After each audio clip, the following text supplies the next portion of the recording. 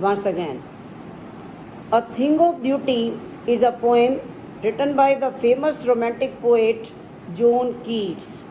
The poem tells about how nature and its wonders mesmerize us and take away all the sorrow that surrounds us from time to time.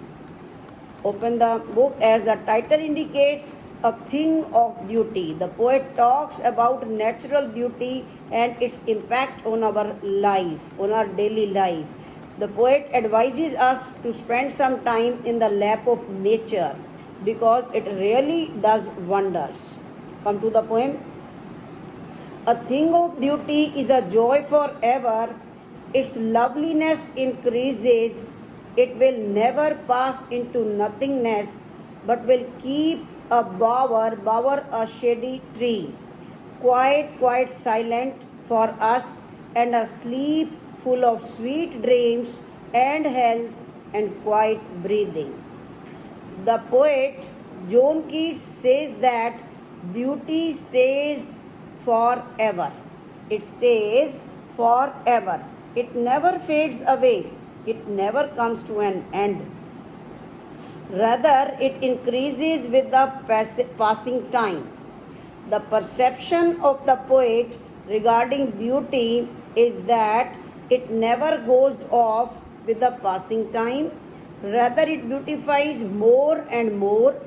For the poet, beauty is like a beautiful shady tree under whose shade all the creatures can sleep peacefully and enjoy good health. You know, trees are exhaling oxygen and we are inhaling oxygen. So, trees purify the air also.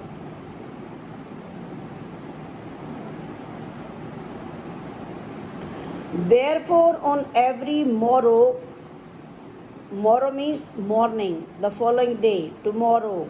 Every morrow are we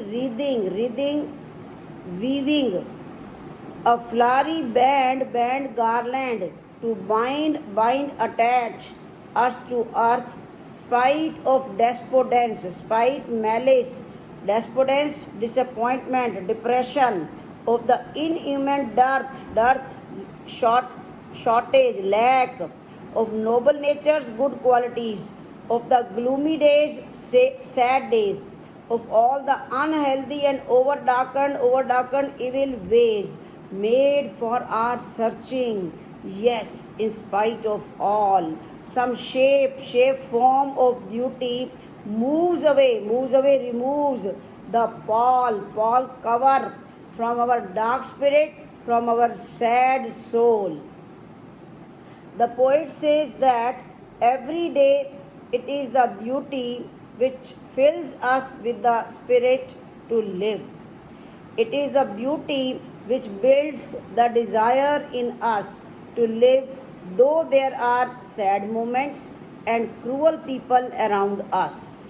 So, here the poet wants to say that without beauty, the earth will be full of cruel people, sad and gloomy moments only.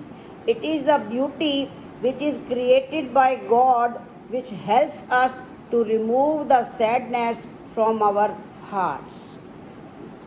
Students, listen to this video twice. Very good poem it is, but a little bit tough to understand. Such the sun, the moon, trees old and young, sprouting a shady boon for the simple sheep, and such are daffodils. Simple sheep, SS, such as, so it is alliteration. With the green world they live in, green world, green plants, live, grow, clear, transparent, rills, small stream of water, that for themselves a cooling cover make against the hot season and the mid-forest break. Here the poet describes the beautiful things which are present on earth. These are the sun, moon, trees, flowers of daffodils, small streams, and poet says that all these things are like a blessing bestowed on us, on all the creatures by earth, by nature. He further describes that the trees provide us with their shade, flowers with their beauty, and rivers with their coolness during the hot summers. All of these are the beauties of nature which are like a boon, like a blessing for us. Simple sheep, SS, cooling cover, CC, these are alliteration. Trees giving shade or growing process of daffodils, clear rails, these are बच्चों imagery. Or antithesis is also there. Two opposite words have been used by the poet together. जैसे old and young, two opposite words. When two opposite words are used together, that is antithesis.